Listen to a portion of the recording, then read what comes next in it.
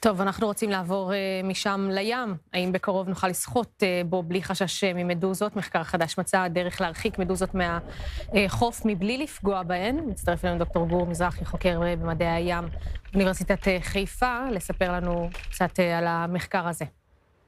טוב, שלום. קודם כל זה מחקר מעניין בפני עצמו. אני כבר אתחיל מהסוף, אני לא בטוח שהמדוזות לא יגיעו, ואני גם לא חושב שהמחקר הזה יוביל למעשה משהו דרמטי לעצירת מדוזות, אבל המחקר עצמו מדבר על רעיון שבעזרת גלים אלקטרומגנטיים, שזה הכל בעצם בעזרת שידור ובעזרת מתח, נוכל להרחיק או לעכב מדוזות להגיע לחוף. אז האמת שהוא מחקר מאוד בסיסי, כבר יש איזה רעיון כזה שדרום קוריאה חשבו עליו בצורה קצת שונה לפני בערך 20 שנה.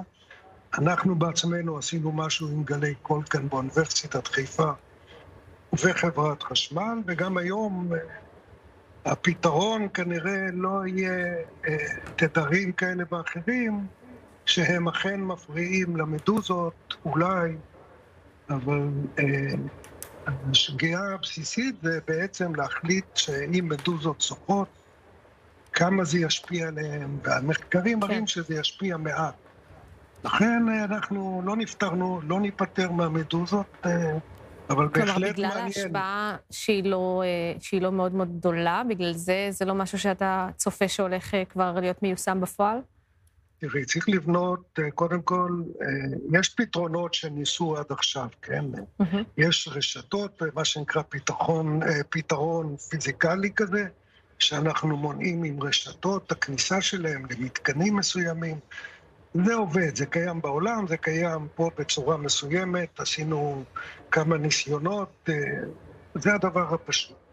הבעיה שזה פוגע, הרשת פוגעת בעוד דגים, בעוד תנועה בים, לא כל כך פשוט. היפנים שמו חוטי ברזל כאלה שיחתכו את המדוזות. התוצר הסופי היה שקיבלו הרבה יותר מדוזות בסוף, כי ברגע שאת הורגת הרבה מדוזות באזור אחד, את מקבלת פריחה של מדוזות ובעצם הצפה של מדוזות. זאת אומרת, עושים ניסיונות שונים. הניסיון הזה הוא כרגע נראה שלא עשו מספיק מחקרים, עברתי על המחקרים לאור התוכנית המעניינת, ואני שמח שאתם מעלים קצת דברים אחרים חוץ ממה שבאמת מעיק עלינו. גם זה מעיק. וזה מעיק, יש לו פוטנציאל להעיק הרבה יותר. אבל בוא נאמר שהפתרון שהם מציעים הוא בעיקר, הוא לא נראה לי כרגע שהוא יכול לעבוד, אני אשמח להסביר את זה.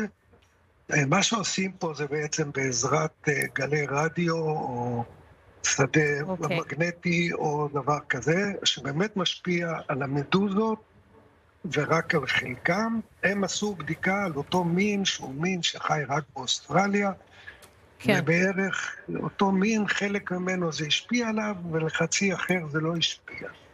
אוקיי, דוקטור גור מזרחי, אנחנו קיווינו שאתה יודע, הקיץ הזה לפחות, לא נצטרך לחשוש מהמדוזות. תודה רבה לך. ביי, ביי, ביי.